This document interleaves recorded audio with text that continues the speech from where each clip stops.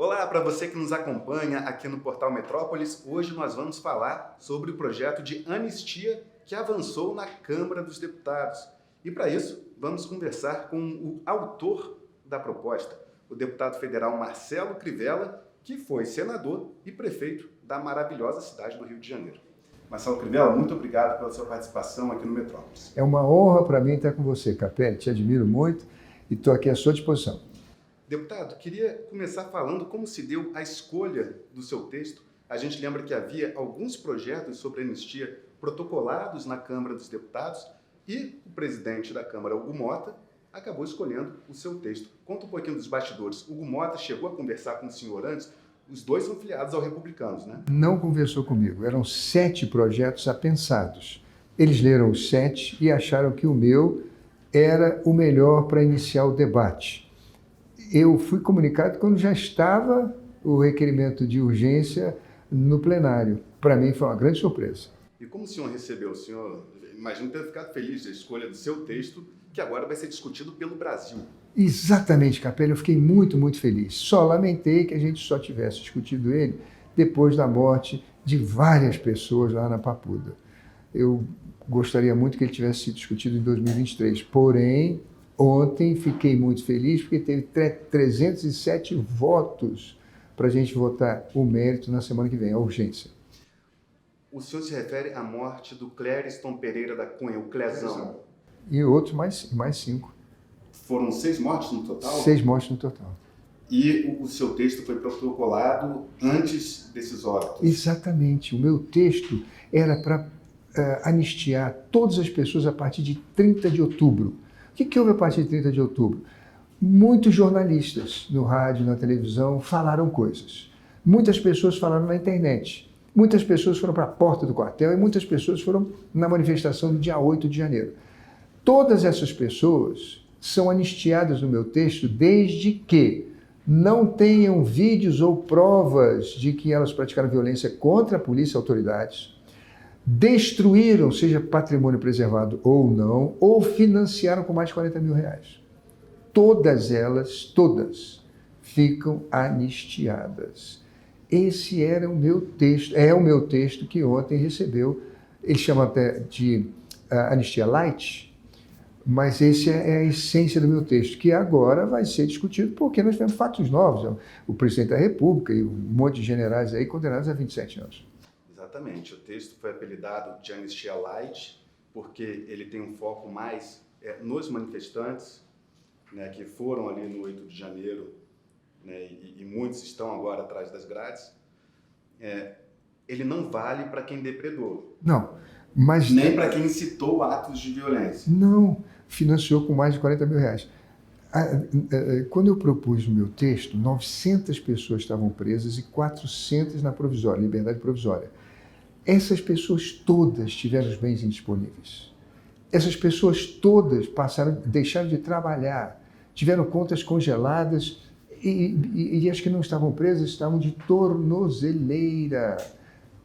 Alguns com prisão domiciliar e outros com semiaberto, mas também lá domiciliadas, vivendo uma angústia tremenda. Além disso, nós tivemos um monte de jornalistas, de pessoas que manifestaram opiniões, criticaram o Supremo, criticaram o TSE, muitos viajaram, foram para fora do Brasil. Outros aplicaram multas, outros estavam respondendo processos. Tivemos empresários que sofreram busca e apreensão, não é? O Sheita Ravan e outros tantos. E essas pessoas que não tinham cometido os crimes que o meu projeto fala, os crimes de tentativa de homicídio, destruição de patrimônio e coisas do tipo, essas pessoas estariam anistiadas. O senhor acredita que esse projeto poderia ter salvado vidas se tivesse sido votado antes? Sim, porque essas pessoas estavam presas, todas elas foram presas para serem investigadas. Ninguém tinha um filme individualizado de 1.500 pessoas que estavam na manifestação. Você pegou todo mundo e bota lá. E a partir daí, uma equipe incrível de investigadores, uma força-tarefa do Supremo começou a pegar o celular deles, ver as mensagens que eles passavam, fotografias que postaram, etc. e tal. Então, você vai ver que essas pessoas que acabaram falecendo, que estavam falecidas, tinha algumas que até o Ministério Público tinha dado parecer de liberdade. O Ministério Público tinha dado parecer, mas com aquela confusão de processo não chegou na mesa do juiz para decidir. No próprio caso do Clezão, o Ministério Público havia se manifestado para que ele cumprisse ali a prisão preventiva fora do presídio por conta da saúde. Da saúde, que ele pudesse ser atendido no hospital, em casa, ter acesso a uma farmácia, comprar remédio, etc. Ele faleceu. Então eu lamentei profundamente. Agora, ontem os 311 votos mostram de que nós estamos no caminho certo, que é fazer a discussão. Eu, Capelli, pessoalmente, defendo o que o meu coestaduano, carioca como eu, Fux, disse. A diferença entre você falar, planejar, pensar, discutir e fazer. E fazer, e agir. Então, ele acha que todos que estão lá agora, os generais, devem ser, vamos dizer assim, não diria nichados, mas devem ser inocentados. Muito bem. E o senhor defende isso também para o ex-presidente Bolsonaro? Sim, defendo exatamente o Fux. O que o Fux botou, eu acho perfeito. Embora eu não tenha a sabedoria jurídica dele, mas concordo plenamente. E o senhor vai conversar com o relator da proposta, Paulinho da Força, para que seja incluído, então, esse ponto referente ao ex-presidente Bolsonaro? Eu acho que aí, Capelli, nós temos que pensar naquilo que o povo diz. Às vezes, o ótimo é inimigo do bom. Eu não sei se agora, nesse momento, a gente consegue anistia ampla e restrita, geral e restrita. Gostaria, mas não sei. Agora, uma coisa eu sei que a gente consegue. Diminuição de pena. Diminuição de pena. Eu fui militar durante 8 anos.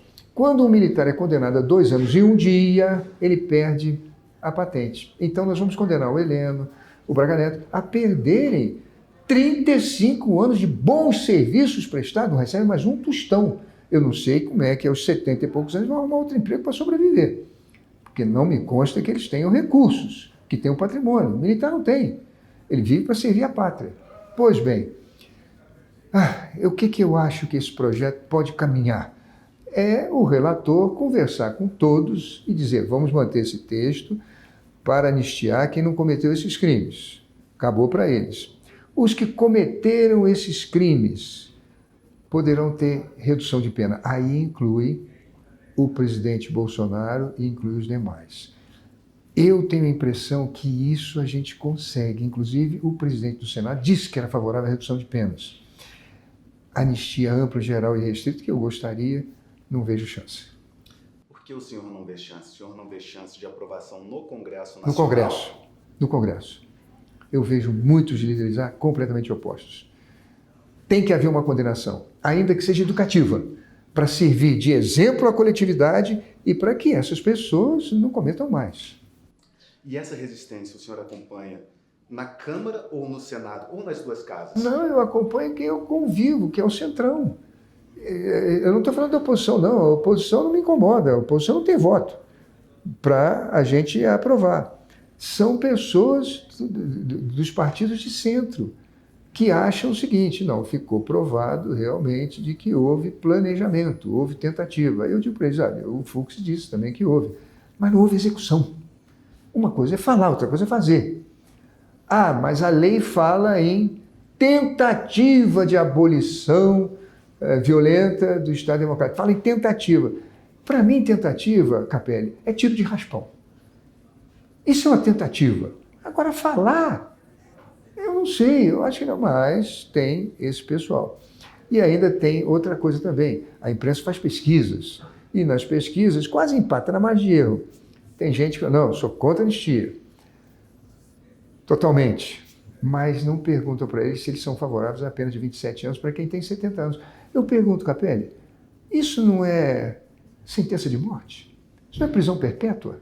O sujeito com 70 anos, nós achamos que as penas devem ser reeducativas para as pessoas saírem dali e não cometerem os mesmos crimes e servir de exemplo para a população.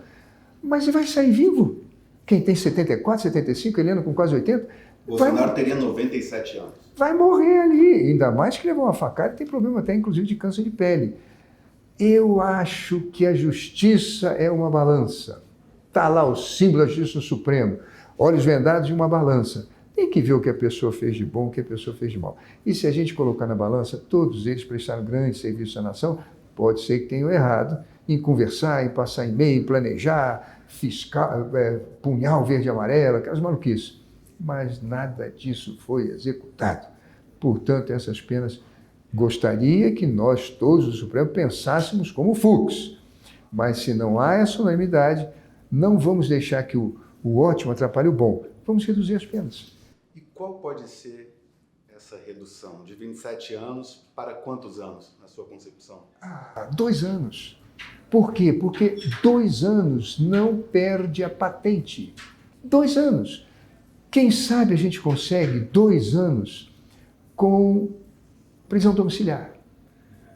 E rapidamente passando para, eu diria a você, em regime de semi, quer dizer, você vai trabalhar e dorme em casa. Entendeu? Uma prisão assim. Eu acho que isso seria o ideal. É educativa, as pessoas nunca mais vão esquecer isso, essa experiência terrível. Serve de exemplo para todos os políticos, a toda a coletividade, mas é uma coisa que fica nisso, fica como educativo e como exemplo à comunidade. Não é uma coisa que vai, vamos dizer assim, trazer essa angústia, essa aflição, essa coisa. Aliás, Capelli, se você me permite, eu nunca imaginei que a gente pudesse colocar em risco as relações diplomáticas com os Estados Unidos. Eu tenho a impressão de que as pessoas não avaliaram bem isso. Eu não estou falando das penas judiciais e até o tarifaço. Eu estou falando mais. Nós temos só em Massachusetts 2 milhões de brasileiros. 2 milhões de brasileiros vivendo lá. No resto dos Estados Unidos tem mais 1 milhão.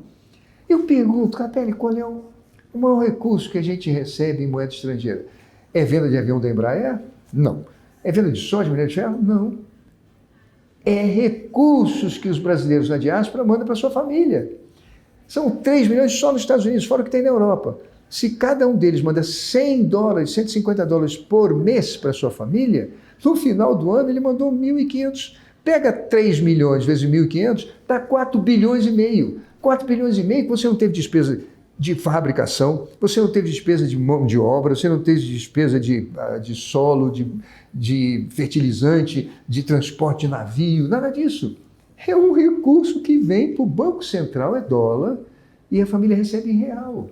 Mas isso não seria impactado, né? As pessoas mandando recursos para familiares e tal, né? Eu espero que não, mas você romper relações diplomáticas, isso se complica. Complica as relações bancárias. O senhor acredita que o projeto da anistia teria o condão de melhorar a relação entre Brasil e Estados Unidos? Falou tudo. Eu acho que você falou tudo. Melhorar essas relações com o Brasil, acabar com essa coisa que para o americano parece uma perseguição à direita, uma perseguição à liberdade de expressão, até mesmo a liberdade de culto, até mesmo, vamos dizer, os princípios cristãos, porque as penas passam a ser impiedosas. É o que eu digo a você. Pena para quem tem mais de 70 anos, não executou, apenas planejou. 27 anos é prisão perpétua, é pena de morte. O senhor acredita que a Casa Branca aceitaria uma... Claro, a gente entra agora numa suposição, numa redução de pena de 27 anos para 2 anos, porque, a meu ver, parece que a Casa Branca, o Departamento de Estado, está irredutível que uma condenação de Bolsonaro, para a visão do governo Trump, é inconcebível. Ou seja, será que uma anistia seria capaz de arrefecer, uma anistia que não seja ampla, geral e irrestrita, uma anistia na qual ele permaneceria preso por 2 anos? É uma questão, né? Em regime domiciliar e em semi-internato. Agora, eu digo a você o seguinte, eu também defendo isso. Eu defendo como o Fux, penso como o Fux, mas não acho viável. Não acho viável. Por que esse meu projeto foi escolhido? Porque, na época, eu me ative a coisas que haviam consenso. 311 votos. 311 votos. Sabe, Capelli, depois de 20 anos na vida parlamentar, a gente vai vendo que o melhor projeto não é aquilo que a gente sonha, mas é o que passa. É o que a gente consegue aprovar, senão vai para arquivo. E a situação do povo continua a mesma. Pessoas que estão aí, centenas delas, com os bens indisponíveis, com tornozeleira, tendo que pagar advogado sem ter recurso. São pessoas idosas, muitas delas são idosas, estão acampadas da chuva nos frente aos quartéis. No caso emblemático da Débora Rodrigues dos Santos, a Débora do Batom, o seu texto, pela sua avaliação, o senhor defende que ela seja anistiada 100% ou que haja uma redução de pena? Anistia de 100% para a Débora e para todos que forem feito manada ou que fizeram coisas irrelevantes como ela fez. Também os jornalistas que hoje estão vivendo fora do Brasil, alguns até com prisão ou com pedido de extradição. O que essas pessoas executaram, senão apenas a expressão do seu pensamento? Eu acho que até devíamos, mais tarde, discutir no Congresso, mudar essa lei, tentativa de abolição violenta do Estado Democrático de Direito. Essa tentativa, o que é tentativa? São pessoas conversarem, trocarem e-mails, ou fazer um vídeo. O que é tentativa? Para mim, eu repito, tentativa é tiro de raspão. Ele tentou, deu um tiro.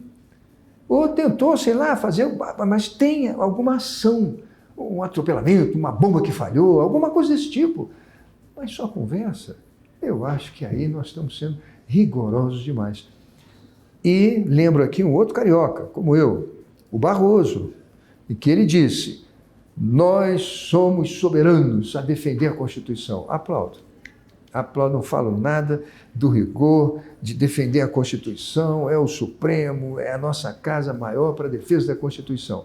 Mas ele depois acrescenta: nós vamos julgar, investigar, julgar, condenar, fazer a dosimetria, mas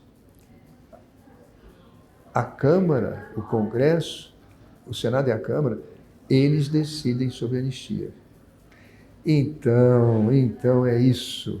Acho que o Paulinho agora vai conversar com os líderes, vai conversar com o pessoal do Supremo, e eu espero que que o sonho que a gente queria era a anistia para todos, mas o bom passe, para a gente ter os votos, termos o voto. O presidente do Senado já falou: eu sou a favor de diminuir pena. O presidente Lula falou: sou a favor de diminuir pena. Vamos diminuir as penas. E já vamos manter o texto em que a gente faz anistia para aqueles que não fizeram nada. Deixar voltar para o Brasil, empresários que estão com bens sequestrados, contas, não é, que sofreram busca e apreensão, ou tantos civis que não têm nenhuma prova que fizeram destruição, violência contra policiais, ou fizeram financiamento disso. Essas pessoas têm que ter o alívio da anistia geral. Pronto, acabou. Desde o dia 30 até o dia em que a lei for entrar em vigor. O senhor já chegou a conversar com o relator Paulinho da Força? Não, ainda não. Cumprimentei ele ontem, disse que ia fazer a minha sugestão, que eu estou até adiantando para você, um texto de sugestão para que ele pudesse analisar. Conheço o Paulinho há 20 anos. Ele é uma pessoa que vai ouvir a todos. Paulinho nasceu naquilo que a gente chama de solução pacífica para as controvérsias. Não é verdade? Solução pacífica para as controvérsias. Sabe, no início, nas discussões políticas, eu fiz aqui um mestrado na UNB, aí os professores disseram: qual é a tese que você vai defender? Eu disse: a disputa do capital e trabalho no Congresso Nacional, porque eu sempre vi a disputa do trabalho e o capital.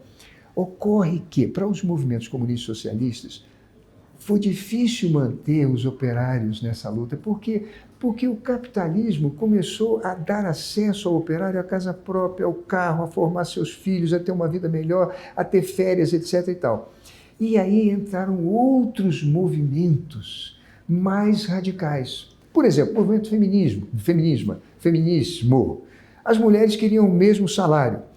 De repente foi começada a implantar nelas uma luta contra a família, do patriarcal. Por que a família tem que ser assim? Por que a mulher tem que ser sujeita ao marido, essas coisas todas? Eu tenho que ser mãe, ficar cuidando de filho em casa, não pode fazer aborto. Depois o movimento LGBT. No princípio, o movimento LGBT só queria que não fosse crime, porque chegou uma época que era crime. Nós não queremos crime. Daqui a pouco veio também a luta contra a igreja, o pastor que oprime, a direita, e começou a chamar de fascismo, disso e daquilo. Além de ter também se somado a esse grupo da violência, que a esquerda absorveu porque perdeu os operários que deviam lutar contra o capitalismo, mas começaram a ver o capitalismo com bons olhos, entra também aquelas pessoas que usavam drogas e dizem: eu tenho direito de decidir o que eu vou fazer da minha vida. Ninguém pode criminalizar o que eu quero fazer. E pronto, esses grupos que foram inflados com discursos raivosos, acabou levando também a direita a uma reação que não é cristã. Eu vejo muitos pastores, Capelli, desculpa, eu estou falando um pouquinho demais, mas é até um desabafo. Eu vejo muitos pastores nervosos, muitos pastores gritando e tentando defender a família, a fé, a liberdade religiosa, a liberdade de expressão, com, eu diria para você, um efeito colateral desse discurso que a esquerda pegou com esses movimentos. Paulinho não pertence a esses movimentos, não. Embora que a luta dele seja de esquerda, ele sempre foi de um sindicalismo para conquistar, para ter conquistas, melhores salários, melhores financiamentos, projetos tipo Minha Casa Minha Vida e outros tantos. Projeto do gás, de financiamento pelo BNDES para caminhões e ônibus, enfim, para as pessoas poderem abrir seus próprios negócios. É isso. E aí eu acho que é o bom diálogo. Eu acho que o Paulinho foi o relator escolhido de maneira certa. Se a gente colocasse um relator que já representasse aqueles outros grupos que foram absorvidos pela esquerda, mas com um discurso muito violento, eu acho que a gente não conseguiria avançar. O Paulinho da Força, ele é até uma figura curiosa no meio político, porque ele apoiou a eleição de Lula em 2022, mas também criticou depois, em alguns momentos, ele fica ali num limbo, né, entre apoiar e criticar o governo, né? Eu acho que esse é mais ou menos o perfil do partido que nós formamos ali, o Centrão. Nós não apoiamos o governo do presidente Lula, mas votamos muitas matérias em favor, e inclusive temos um ministro que está fazendo um trabalho extraordinário, nunca vi tanto investimento em portos e aeroportos no Brasil como o Silvinho, que, pronto, defende o governo. E há uma corrente do meu partido que também, eu voto o que for bom para o Brasil, o Lula pode contar comigo. Agora, o que não for, eu tenho independência, eu não sou governista. É essa posição que eu vejo que o Paulinho tem também e que pode construir aquilo que eu falei para você. O ideal, não tem essa esperança, mas redução de pena para uma coisa humanitária, uma coisa educativa e apenas de exemplo para a comunidade, isso acho que a gente vai conseguir. E o Supremo Tribunal Federal? Eu conversei com alguns ministros que reservadamente afirmam que uma anistia seria inconstitucional. Para qualquer uma dessas pessoas, com qual argumento? Que crime de golpe de Estado e de tentativa de abolição violenta do Estado Democrático de Direito seriam crimes não passíveis de anistia, não passíveis de perdão. A maioria dessas pessoas foi condenada por 5 crimes, que vão de golpe de Estado até crime menor de deterioração do patrimônio público. Mas esse crime de golpe de Estado inviabilizaria, na opinião de alguns ministros do STF, uma anistia. O senhor teme que, aprovado no Congresso Nacional, um texto de anistia, seja ele light ou não, seja declarado inconstitucional pelo STF? Eu acho que não. Eu acho que ali os 2 cariocas vão ser um farol a iluminar a decisão do Supremo, até porque todos os 2 têm muitos anos ali. É o Fux e o Barroso. Fux e Barroso. Eu acho que o Rio de Janeiro vai nortear essa decisão, que eu tenho a impressão vai satisfazer a eles, porque vão dizer, não foram anistiados. Não foram anistiados esses crimes que você citou, não teve anistia. Teve pena. E cumpriram a pena. E aqueles que não cometeram os crimes, esses sim poderão ser anistiados. É essa solução, Capelli, que eu vejo. Você está entendendo? Sim, da redução da pena. Agora, pena. No caso da Débora do Batom, por exemplo, que o senhor Essa defendeu. Mas ela também foi condenada por golpe de Estado. Sim, mas ela Por isso que eu vejo... tentativa. Ela foi condenada por tentativa, mas é o que eu digo a você. Vai prevalecer a tese do Fux. Tentativa, na minha opinião, é tiro de raspão. É a bomba não explodir. Foi colocada lá, mas ela na hora falhou. Agora, falar, pensar, conversar. Eu me lembro, por exemplo, da página mais linda, do maior estadista que o mundo já viu, que foi Moisés, aqui no Monte Sinai. recebeu uma coisa que é adotada no mundo inteiro porque foi escrita pela mão de Deus na rocha, que são a Tábua dos 10 Mandamentos. Ali está escrito, não matarás. Não está escrito, não pensarás em matar, ou não, entendeu? Não matarás é ação. Ela se concretiza quando mata. É isso que foi escrito pelo dedo de Deus. Então, eu imagino que puxa vida, tá bom, houve uma tentativa, houve punhal verde e amarelo, maluquice que não deveriam ter existido nunca, mas vamos fazer uma pena educativa, então, não é? Vamos fazer uma pena educativa e para servir de exemplo à coletividade. Acho que essa vai ser a solução. Espero que na semana que vem a gente tenha isso feito. O Paulinho se dedica esses dias aí, mantenha o texto que está no 2163, que é o projeto que ontem recebeu a urgência. Pessoas que não cometeram aqueles crimes, que lá no meu projeto está escrito quais são os crimes: homicídio, tentativa de homicídio, isso e aquilo, destruição do patrimônio, da preservado, não sei o quê, blá, blá, blá, blá, blá. Violência contra a autoridade. Não cometeu isso? Não está encaixado passar batom nisso aqui, especificamente nesse artigo?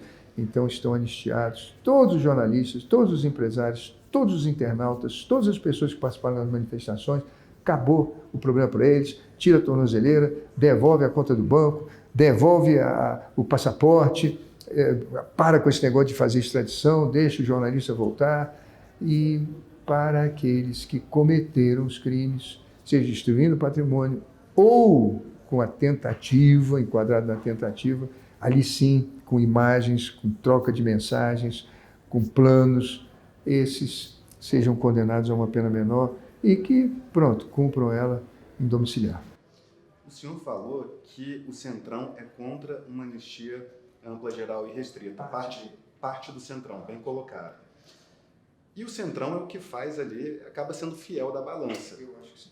Tem a direita, consolidada, tem a esquerda e tem o Centrão, que acaba sendo o fiel da balança. O senhor acredita que o Centrão é contra uma anistia ampla, geral e restrita que contemple Bolsonaro por ambição eleitoral de que Tarcísio seja o candidato do Centrão ou porque acredita que tem que haver uma pena educativa de fato?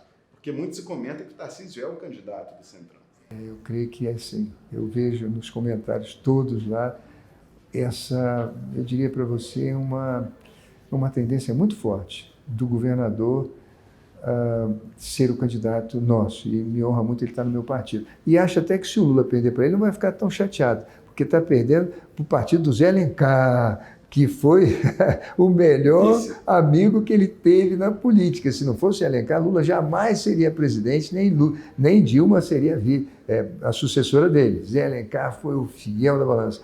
E o republicano começou comigo. Eu era senador, líder do PL, deixei a liderança do PL. Ele também deixou o PL, nós dois criamos o Republicanos, esse partido 10, onde hoje está, para nossa alegria, o Tarcísio. Veja, o que diz o Centrão? Que mesmo, o Centrão, eu diria a você, ele sonha com uma anistia ampla, geral e restrita. Mas mesmo o Bolsonaro tendo a anistia ampla, geral e restrita, eles acham que o presidente deveria ceder para o Tarcísio por ser um homem mais do diálogo. Eu diria a você, há certas controvérsias, inclusive familiares do presidente, que eles acham que o presidente poderia até ganhar as eleições, não é falta de viabilidade não, mas é o governo depois, a dificuldade para governar depois. Então, eu digo a você que não todos, eu não posso falar por todos, mas a maioria do Centrão sonha, como a direita também, com uma anistia ampla, geral e restrita para todos, mas, como eu, acham isso muito difícil. Gostariam que isso ocorresse. E o presidente Bolsonaro, anistiado e com direitos eleitorais, eles diriam: presidente, nós achamos melhor o Tarcísio ser o seu candidato, nosso candidato.